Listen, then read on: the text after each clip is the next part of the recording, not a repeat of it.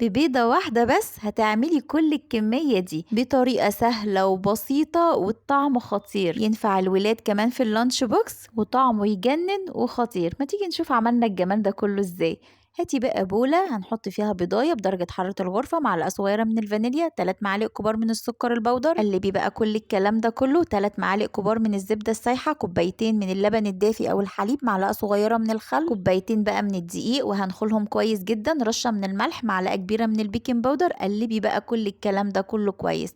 هي القوام بتاعها شبه الكيك كده.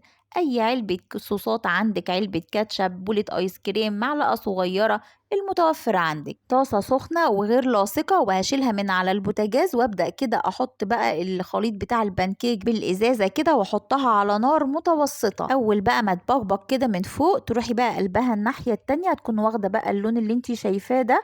وبعد كده هحطهم اخلص كل الكمية بالشكل ده. شوفي الكمية ما شاء الله هشة وطرية وطعمها يجنن، خطيرة، لازم تجربوها.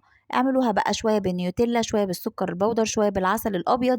حطوها لولادكم في اللانش بوكس، جربوها. ولو عجبك الفيديو لايك وشير، سبسكرايب لقناتنا. باي باي.